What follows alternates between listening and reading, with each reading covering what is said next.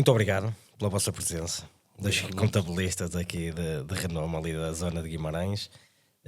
Penso que estás a empresa de contabilidade, não é? Sim. O Eterno lá em Guimarães. Obrigado por isso, por terem vindo. Isto vai ser uma conversa desafiante para vocês. Eu sei que ali o pessoal da plateia está mortinho para ouvir aqui coisas que acrescentem valor efetivamente para eles. Vamos falar aqui um bocadinho sobre a cedência de posição contratual, ok? Cai muito na ideia que eu compro um imóvel por 100, se é da minha posição por 150, o meu lucro é 50 mil euros. Isto é top. Nós sabemos que as coisas não se processam assim. Passa a palavra a quem aqui neste assunto? Eu posso Força, iniciar. força. Antes de mais, agradecer o convite do Pedro e partilhar aqui algumas informações que sejam importantes para o dia a dia para o dia a dia das pessoas e para o dia a dia das empresas. A assistência de posição, na verdade, é algo que parece muito simples e por vezes as pessoas, os investidores, fazem muito isso.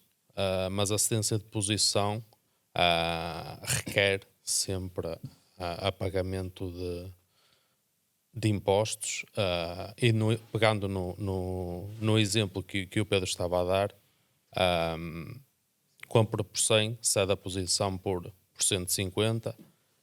Para ceder a posição, antes de mais, tem que mencionar no contrato, como é óbvio. E depois... Isso, desculpa lá interromper, isso é de extrema relevância, falámos sobre isso. Ceder a posição contratual não é algo que está claro, ok, certo, no contrato. Não é algo, ok, vou comprar esta casa e tenho a oportunidade de ceder a posição contratual. Isto não é assim, ok? No contrato de promessa de compra e venda, efetivamente, como estavas a dizer, é preciso constar que o cliente comprador pode fazer a cedência de posição contratual. Ok, isto é, ainda bem que tocas nesse ponto, porque às vezes o pessoal sonha, comprei e posso ceder. Calma. Isto, as coisas podem não ser assim tão claras quanto isso. Sim, é importante ter essa menção no contrato, okay, da cedência da posição.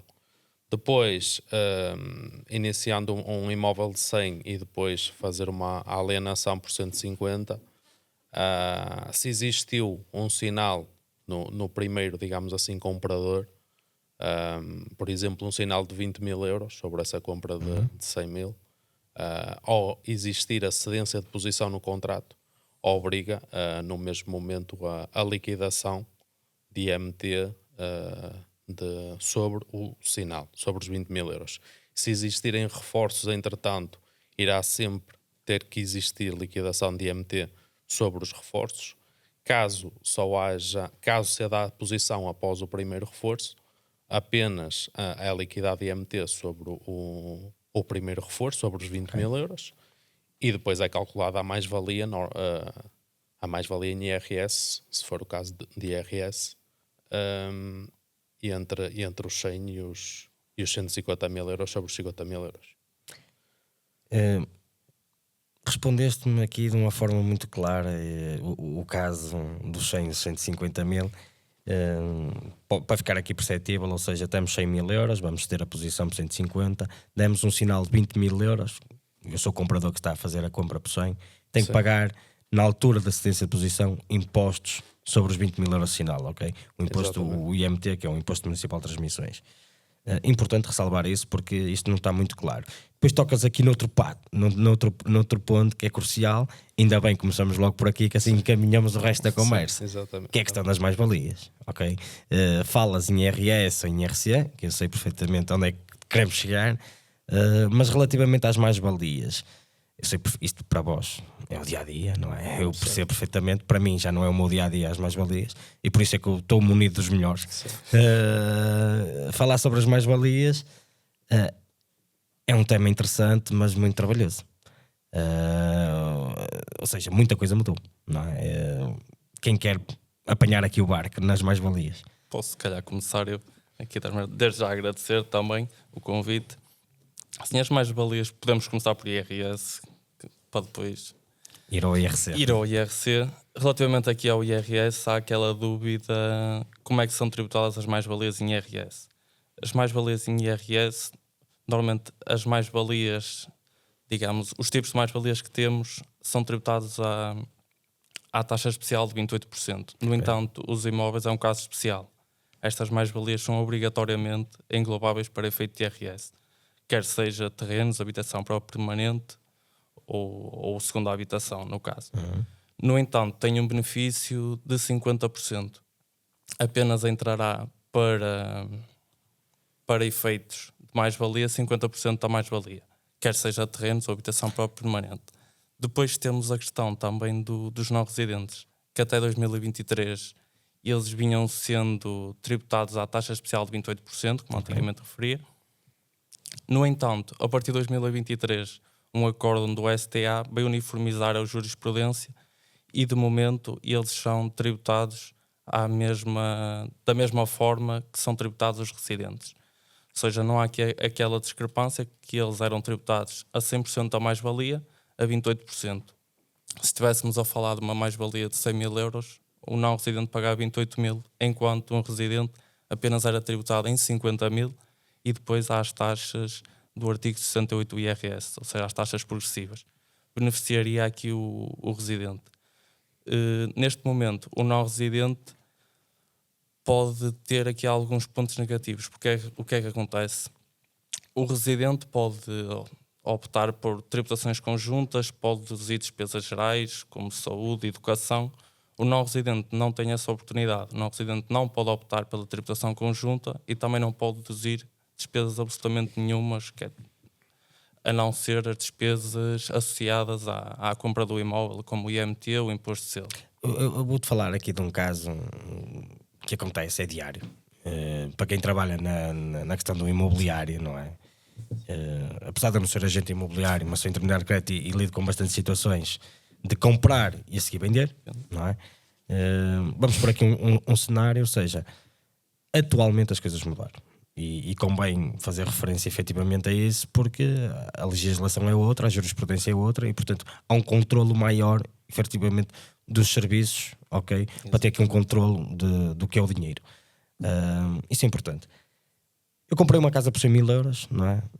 Está tudo certo, paga, direitinho. Tive as despesas, efetivamente, com a casa, ou seja, a escritura. Na eventualidade de ter obras, tive despesas com as obras. Se for um projeto, tive despesas, pronto. As despesas gerais, todas. Depois vou vender a casa por 150 mil euros, ou 160. Qual é a minha mais-valia? Não é? É que as pessoas, ou seja, e o que é que eu tenho que fazer para não pagar a mais-valia? Isto é importante falarmos sobre isto, só para darmos aqui um achego efetivamente a quem tem negócios destes a correr, para perceber um mecanismo, não é fugir, não é isso que se está aqui a aprender, isto é legal, ok? Sim, é uma forma de poupar dinheiro e investir dinheiro. É tão simples quanto isto. Sim, eu estou aqui a referir ao regime do reinvestimento das mais-valias imobiliárias. É importante ter já a clarificar que o regime de reinvestimento apenas é aplicável à habitação própria e permanente das pessoas. Até ao final de 2024 estava em vigor uma disposição transitória onde era possível alienar uma segunda habitação ou um terreno e reinvestir no crédito de uma habitação própria permanente, quer do agregado ou descendentes ou ascendentes. Neste momento apenas é possível beneficiar desse regime do reinvestimento e não ser então tributado nas mais-valias imobiliárias. Se estivermos a falar que o imóvel alienado é a habitação própria e permanente do agregado, e depois terá que reinvestir também, e que o fim poderá reinvestir quer numa habitação própria, quer num terreno para construção ou em obras de melhoramento de outro imóvel. No entanto, o fim que terá a ser dado tem de ser sempre a habitação própria permanente daquele agregado familiar. Okay. É importante também referir os prazos, porque muitas das vezes as pessoas chegam até nós que não fizeram aquela análise prévia, não vieram ter contabilista, fizeram um negócio e só depois é que vêm até nós. Com problema. Exatamente. O regime de reinvestimento está previsto, a pessoa pode reinvestir, muita gente não sabe, pode reinvestir 24 meses antes da venda ou 36 meses depois da venda. É importante referir os meses porque não são anos civis, é ao mês. Ok. E isso é importante. Outra das questões, relativamente ao reinvestimento ainda, que eu ia lhe dizer, deixa-me ver aqui agora. Força. Ou seja, o que é que faz mais sentido? Reinvestir o dinheiro, não é? Ou seja, temos que reinvesti-lo todo ou metade dele? Exatamente. Há o reinvestimento total ou parcial. Nós apenas temos que reinvestir o valor que alienamos. Não temos que reinvestir a mais-valia. Outros problemas que surgem até nós, as pessoas pensam que já reinvestiram tudo porque tiveram essa mais-valia. No exemplo que deu, que alienaram por 150 e compraram por 100, pensam que só apenas têm que reinvestir os 50 mil da mais-valia. No entanto, isso não é verdade. Se não tiverem nenhum crédito associado, se apenas o imóvel já estiver pago, está livre de ónus e encargos. Exatamente. É isso. O valor a reinvestir tem de ser os 150 e não os 50 da mais-valia. Ou seja, para ficar perceptível, temos que reinvestir a totalidade do dinheiro. A totalidade do valor, exatamente. A totalidade do dinheiro. Sem recurso a crédito. É isso. Isso é importante porque cria-se aí no ar que o reinvestimento é 50% dos 50 mil, ou seja, tem que reinvestir 25 mil euros. Ainda soube falar disso e as coisas não são assim, ok? E é importante referenciarmos isso. Voltando aqui ao meu exemplo, eu tenho uma casa de 100 mil euros totalmente paga, não é? Vou vendê-la por 150, tenho que reinvestir os 150 mil euros, ponto final. Isso é importante, salvaguardarmos efetivamente isso. Depois tocaste num ponto que é o IRC, não é? IRS, IRC, quem é que quer dominar isso? Posso iniciar eu. O IRC na parte das mais-valias é um pouco... Permite-me só tomar aqui uma palavra, que é dizer-te o que faz sentido no IRS ou no IRC é porque nós temos aqui pessoal que não sabe se às vezes, ou lá em casa temos malta que não sabe o que é que deve considerar, se é preferível considerar isso no IRS ou se é preferível fazer uma transação pela empresa e depois ver a questão do IRC. Okay. Sim, se vai fazer em IRS ou em IRC vai depender de muitas situações, onde é que tenho... Da vossa análise. Sim, onde é que tenho os valores alocados, se em numerário, se estão já em banco, isso depende de muitas situações. Eu acho que em IRC falava aqui do reinvestimento e das mais-valias, como é que pode ser aplicado, porque em IRC também o reinvestimento pode ser aplicado. Okay. E é importante referir isso, porque mesmo para muitas vezes os agentes imobiliários e terem esse poder às vezes de negociação e de margem e aconselhar os clientes, é importante terem um pouco esta noção. As mais-valias em IRC, se for mais-valias de uma compra, alguém que esteja na atividade de investimento imobiliário, compra e venda, não existe possível reinvestimento, ou seja, compra por 100, um armazém, compra por 100, vende o armazém por 200, a mais-valia são 100, vão ser tributadas à taxa de IRC em vigor, que atualmente é 20%, que irá passar para 19%. E é calculado como se estivesse a comprar e a vender outra mercadoria numa outra área de atividade. Caso esse armazém seja afeto à atividade da empresa e seja vendido, vamos pegar no mesmo exemplo de 100 e de 200, tenho um armazém, uma empresa de produtos alimentares, por exemplo, tem um armazém de 100 mil euros, vende esse armazém por 200 mil euros, tem uma mais-valia de 100. Se, para continuar a exercer a sua atividade, vai para outro armazém de 300 mil euros, porque o negócio cresceu, essa mais-valia, a esse reinvestimento, aí vai ser dedutível em 50% também, em vez da mais-valia ser 100, passa a ser 50 e depois esses 50 é que são tributados. Nos tais 19%, não é? Exatamente. Resumidamente, só as empresas que têm os imóveis afetos à atividade, está no ativo tangível da empresa, é que pode existir reinvestimento. Nas empresas que têm imóveis, mas que estão afetados ao inventário da empresa, como mercadorias, não existe reinvestimento, okay. É tributado sobre a totalidade às taxas de IRC. É importante falarmos nisto, porque há muitos agentes imobiliários, não é? Que têm empresas completamente, ou microempresas associadas a uma empresa. Okay? E perceber às vezes qual é o mecanismo que devem adotar se devem fazer a compra a nível pessoal ou se faz sentido fazer a compra a nível empresarial. E depois explicar aqui efetivamente a questão das mais-valias, o que é o IRS, o que é o IRC, e ficar claro, e aquilo que eu quero, não é uma área que domine, dou-lhe uns toques, confesso, dou-lhe uns toques, não domino, porque também não é o meu dia-a-dia, tenho que aprender muito mais com isso, mas é importante fazer este acompanhamento, ok? Ter este acompanhamento personalizado do contabilista, que é dizer o que é que eu devo fazer. Olha, vai por aqui, vai por acolá, se calhar aquela situação não é a melhor, vamos por esta, ok, aqui consegues pagar isto, mas poupar aquilo vais pagar isto, mas poupar aquilo. Depende muito desculpa interromper, do objetivo se for no caso de investimento, depende muito do investidor. Se pretende, se for na ótica de compra terreno, constrói, ou compra, reabilita, constrói para vender, ou se é uma ótica de compra e para arrendamento. Ficar, não é? Para arrendamento. E depende dessa ótica. Nós agora estamos a entrar num novo ano, está a ser discutido um novo orçamento, não é? Vai entrar um novo orçamento e prevê-se que as taxas de IRS para arrendamento vão baixar e pode ser para cerca de 10%, isso ainda não está em vigor e nem está legislado, mas prevê-se isso, e se for para esses valores, o arrendamento ser tributado a 10%, já é possível com arrendamentos de longa duração. Isso indo para a frente, quem pretende investir para aluguer, é preferível ir para o arrendamento em termos de IRS e não em termos de IRC, porque de IRC vai ser tributado às taxas de IRC, 15% até 50 mil euros de lucro, a partir de 50 mil euros de lucro agora para 19%, e depois o dinheiro fica na esfera da empresa e não na esfera pessoal. E depois, se sair da esfera da empresa, pode ser tributado a 28%, com alguma redução de alguns benefícios fiscais que existem. Pode ir para taxas efetivas. Depende do posicionamento. Sim, ok, isso é claro. Ainda bem que tocaste aqui neste assunto, que é a questão do arrendamento. Isto é um incentivo, a meu ver, não é?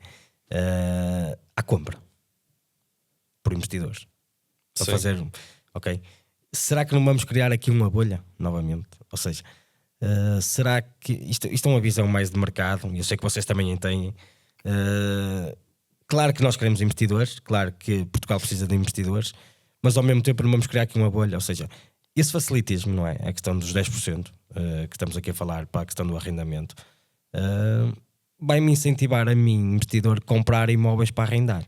Certo. Percebes? E vou tirar a oportunidade de a compra de alguém. Eu não sei se me estou aqui a fazer entender, ou seja, vamos criar aqui, eu acho que é uma medida boa, mal aplicada, com a medida de financiamento a 100%, ok? Se estamos a dar preferência a comprar casas, a pessoal comprar casas, como é que depois vamos dar preferência também a quem investe? Sim. Há aqui um contrassenso um bocado, a meu ver, grande. Estamos a querer ajudar os dois mundos. É isso. E ajudar os dois mundos não é solução. Nunca é. É a mesma questão de estarmos a ajudar a guerra num lado e a guerra no outro. Como é que se ajuda isto? Não há como, não é? Mas ok, tocaste aqui num ponto muito agradável e para ficar aqui retido, que sim, para quem quer investir, estão a ser aplicadas medidas no sentido de dar input ao investimento e para o pessoal abraçar efetivamente o investimento. Estamos a falar no IRC, não é? Na questão das empresas. E agora queria falar aqui um bocadinho sobre o regime da transparência fiscal. Quem é que quer trocar aqui umas ideias? Eu posso iniciar e depois o Nuno pode dar algumas achegas. Se quiseres intervir aí com a questão, isto é mesmo para ser aqui. É isso. Força. A transparência fiscal é um regime que já tem alguns anos e é desconhecido por muitos profissionais, por muitas empresas, por muitas pessoas. O que é que acontece? O regime da transparência fiscal é um regime de tributação, podemos dizer, especial, e é para profissionais liberais normalmente, advogados, contabilistas, economistas, Intermediários de crédito também. intermediários de crédito, médicos, para esse tipo de profissões que estão no artigo 151 do Código do IRS. O que é que acontece? As empresas que estão exclusivamente com essa atividade, automaticamente, e se o sócio da empresa for, por exemplo, apenas, vamos dizer, contabilista, automaticamente fica no regime da transparência fiscal. O que é o regime da transparência fiscal? O regime da transparência fiscal é um regime que o lucro da empresa é apurado da mesma forma de que uma empresa normal, tem os rendimentos, tem os gastos e é apurado o lucro no final. Depois a tributação sobre o lucro é que é diferente. Numa empresa do regime geral, o lucro é tributado sobre as taxas de 15 até 50 mil euros, como já referi, e depois a partir do próximo ano 19%, atualmente 20%. No regime da transparência fiscal, a tributação é aplicada às taxas de IRS, ou seja, pode ir até 48%. Ou seja, uma empresa de mediação imobiliária que tenha um lucro, por exemplo, de 200 mil euros ou 100 mil euros no regime da transparência fiscal, a tributação é brutalmente superior a uma empresa do regime geral. E é importante as empresas terem a noção, quem pratica estas atividades. Há situações, há formas que poderemos conseguir combater e não estar nesse regime. Se for empresas unipessoais, vão estar obrigatoriamente nesse regime se a pessoa ou sócio da empresa exercer essa atividade. Se, por exemplo, numa empresa de mediação imobiliária, se tiver um sócio com 75% que trabalha na empresa, e depois o outro sócio por exemplo, tem outra atividade, é comercial, têxtil, por exemplo. Trabalha para a EDP. Ou trabalha para a EDP, exatamente. Automaticamente essa empresa já cai fora do regime da transparência fiscal e fica no regime geral.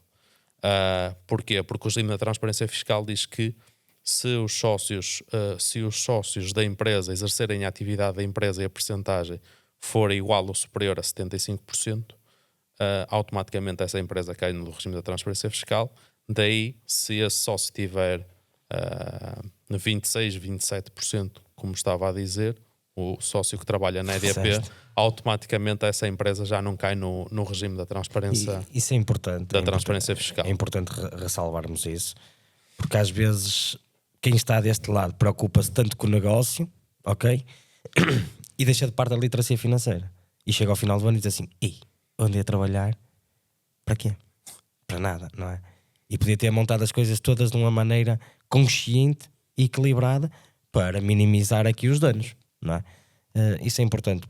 A questão do regime da transparência fiscal e da questão da empresa, não é? O facto de termos um segundo sócio com a cota-parte inferior, efetivamente, a quem é o sócio mandatário, por assim dizer, da empresa, para termos aqui um equilíbrio nas contas. Portanto, mais uma vez, acho que o crucial é procurarem uma empresa como a vossa e dizer assim: o que é que eu devo fazer antes de abrir a empresa, e dizer assim: o que é que perspectivas, ok? Onde é que queres chegar, em que patamar é que vais estar daqui a um ano, e depois vamos equilibrar aqui as coisas. Mas pensa que daqui a um ano as coisas podem estar neste patamar e tu cais aqui no regime da transparência fiscal. A transparência fiscal, desculpa interromper, ou Nuno, se quiseres falar só sobre as sociedades de administração de bens. Força.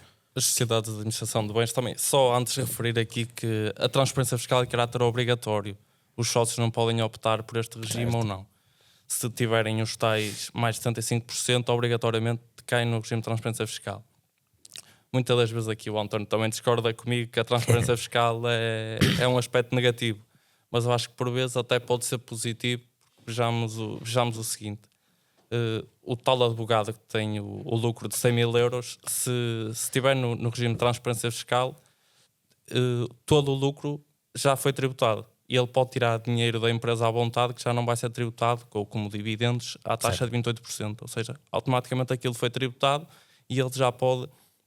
É quase como se estivéssemos a misturar o dinheiro pessoal com a empresa. Por isso eu acho que isso é benéfico. Relativamente à simples administração de bens, muitas pessoas têm vindo a criar, precisamente quem tem muito património, crio uma empresa e só tenho imóveis e só vivo do arrendamento desses imóveis. E esse é outro das questões que podem cair aqui na transparência fiscal. A maior parte cria uma unipessoal, lá está, o Pedro podia criar uma. Eu tenho uma. Exatamente, provavelmente estará na transparência fiscal. Claramente. Pronto, e poderia criar essa empresa para ser tributada às taxas gerais de IRC. No entanto, não pensam nesta questão da transparência fiscal. Têm uma unipessoal e mais tarde vão ser deparados ou podem ter uma surpresa da autoridade tributária a tributar o lucro da empresa, ou seja, todas as rendas que teve aqui às taxas gerais de IRC, como o António teve aqui a dizer, podem ir até 48%. E a AT pode liquidar oficiosamente e depois temos assim surpresas. É discutível. Desagradáveis. Gosto da tua visão. Claro que a discórdia também vou tentar perceber agora qual é. Mas sim, mas faz sentido porque efetivamente, ou seja, aquela pessoa já pagou aquilo que tinha para pagar, não é? O resto é lucro, por assim dizer. Exatamente. E pode manipular o dinheiro da maneira que quer. Mas também quero ouvir aqui a opinião do António na questão da discordância relativamente a esse assunto. Não é discordar, faz sentido o que o Nuno estava a dizer, faz sentido em algumas atividades e vai depender muito do lucro que o negócio dá, digamos assim, não é? Porque é tributado sobre o valor do lucro.